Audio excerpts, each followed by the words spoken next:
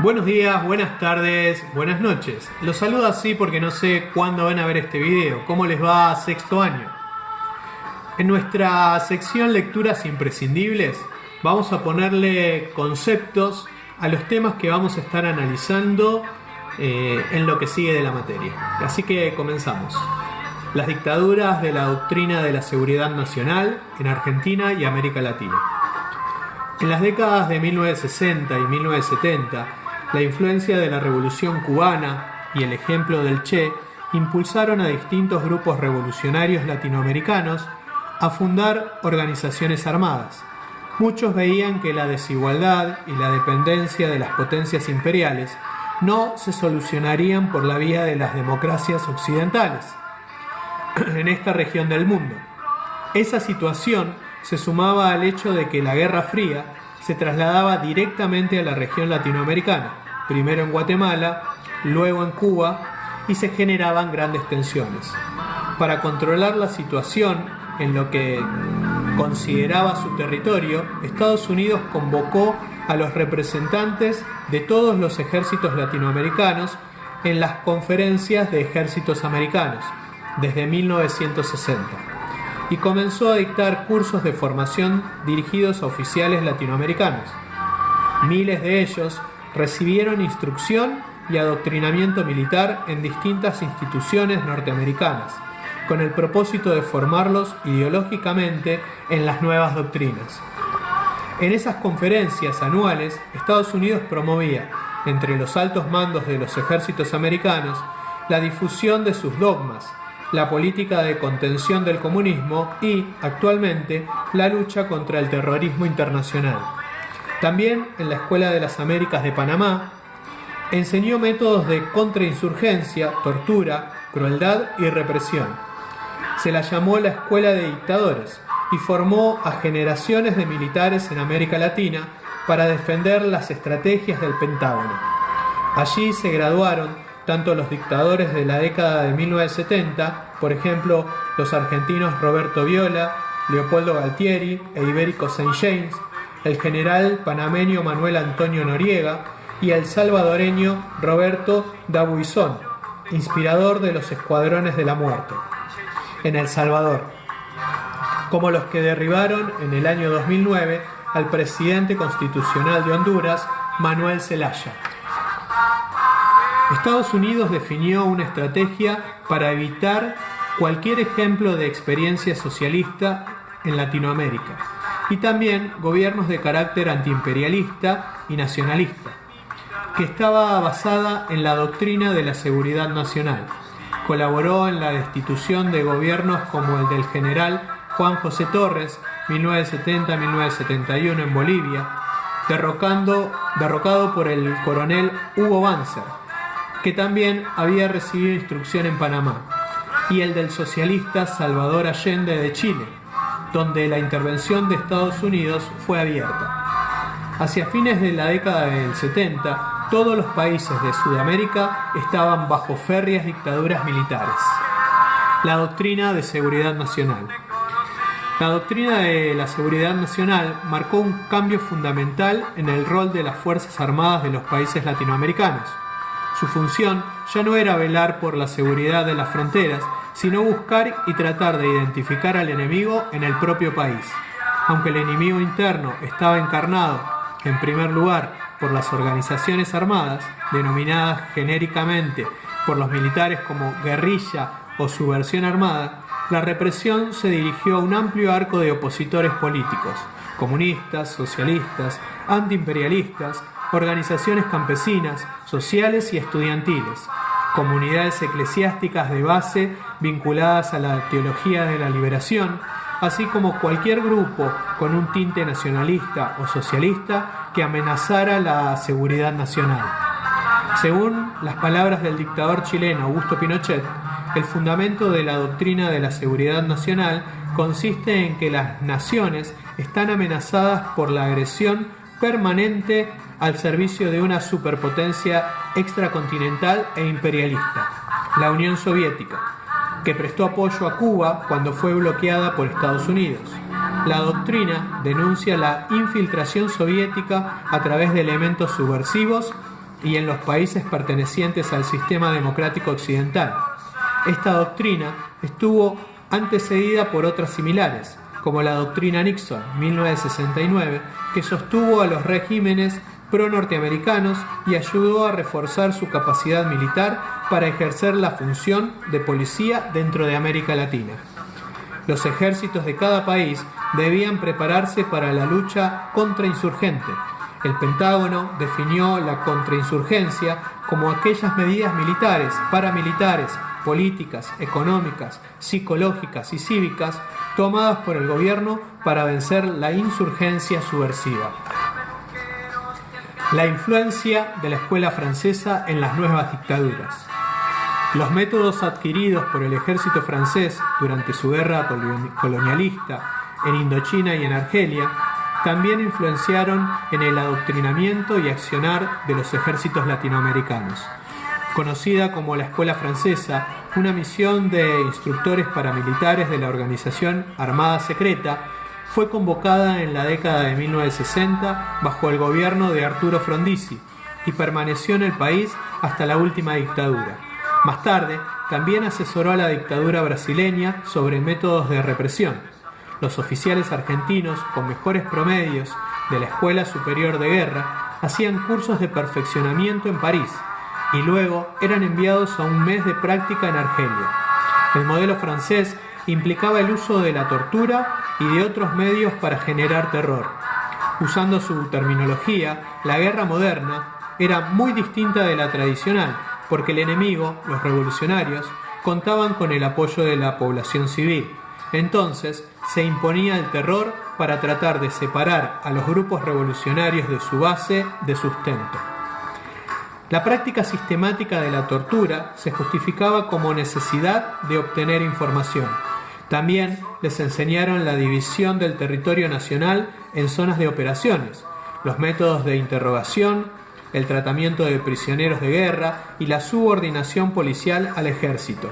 Cada área de responsabilidad, cada zona, cada subzona tenía grupos que actuaban entrando a las casas, allanando, apresando en forma ilegal y de ahí pasaban a centros de detención donde se hacían los interrogatorios.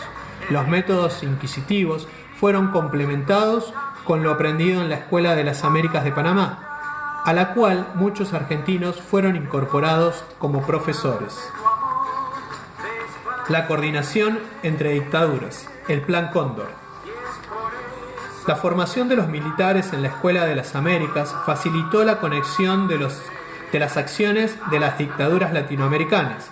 Los ejércitos de los distintos países coordinaron sus acciones, incluso más allá de la voluntad de los gobiernos, que en algunos casos eran democráticos.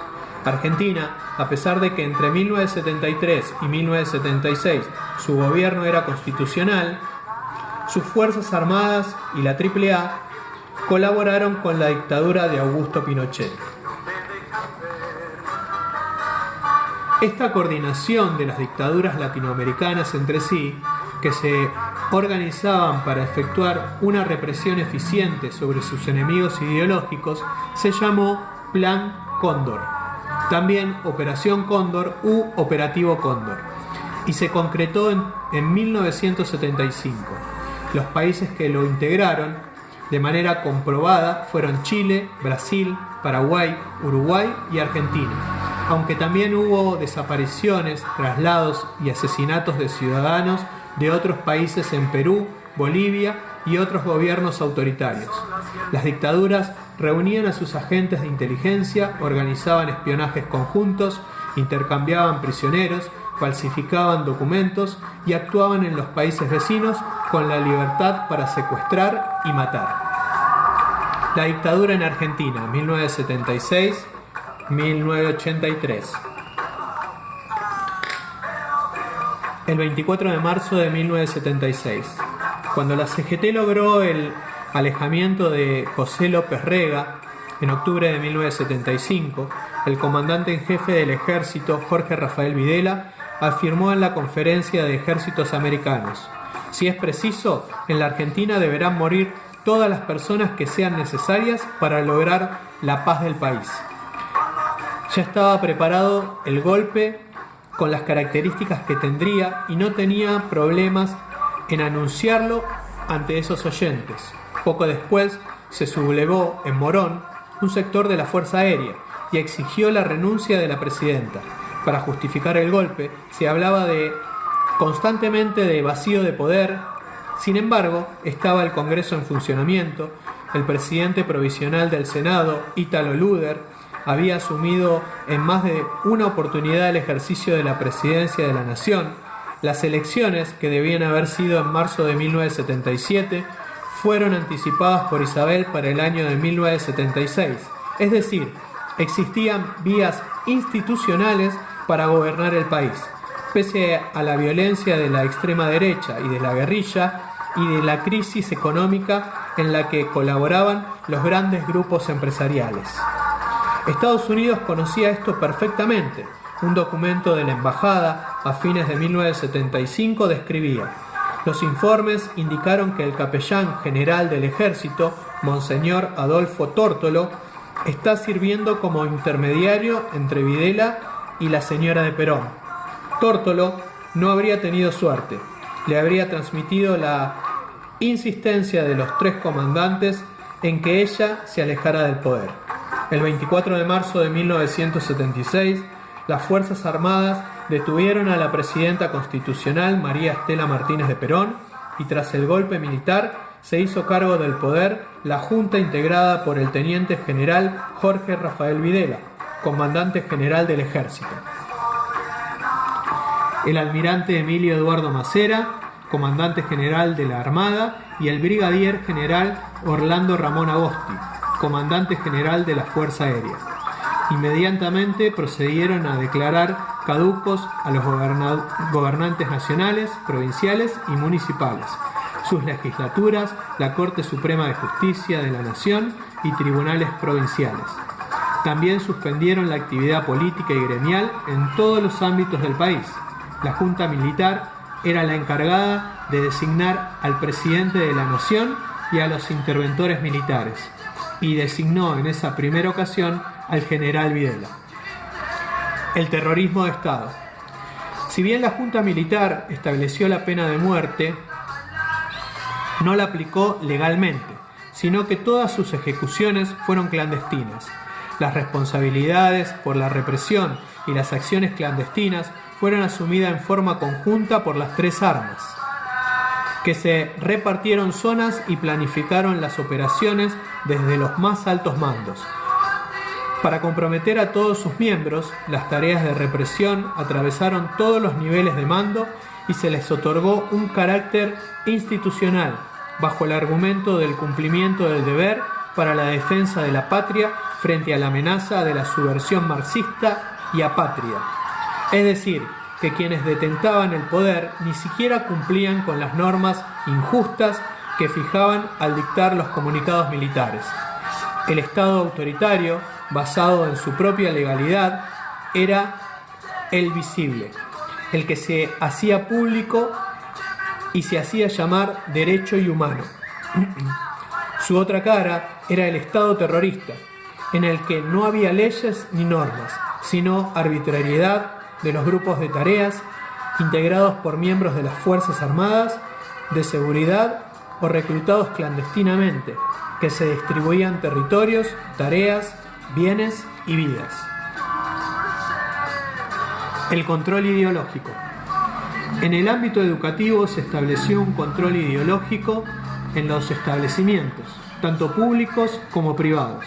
La dictadura diseñó un operativo denominado, paradójicamente, Operación Claridad, para detectar a quienes pensaran distinto, por lo que eran considerados agentes peligrosos.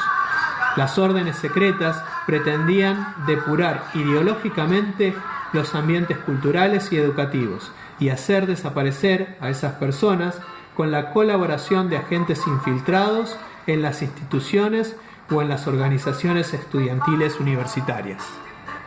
Muy bien, hasta aquí hemos llegado con esta explicación de conceptos. Espero que estos hayan quedado claros. Acompañé esta lectura con música que en ese momento se escuchaba en Argentina, y si bien ya había una fuerte influencia de la música extranjera, bueno, quería retratar un poco la música nacional. Las imágenes que acompañaron esta lectura son del periodo, es un documental que se llama Décadas, así que bueno, nos sirven como para que ustedes puedan poner imágenes a esto que estuvimos leyendo. Esencialmente, como para hacer un pequeño resumen, lo que tratamos de ver es cómo en el contexto de la Guerra Fría, ya avanzada esta Guerra Fría, en la década del 70, los Estados Unidos influenciaron en la política de toda América Latina.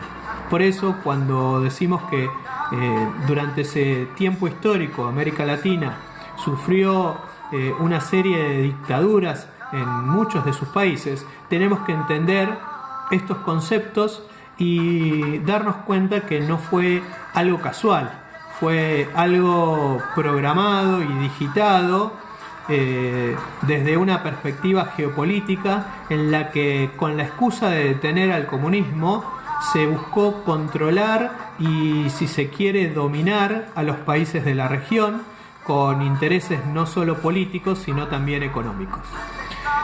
Si tienen alguna pregunta, ya saben, me la dejan en la zona de preguntas. Si les gustó el video, le dan me gusta. A la espera de encontrarnos en el aula, que es lo que más necesitamos, les dejo un afectuoso saludo y les digo hasta la próxima.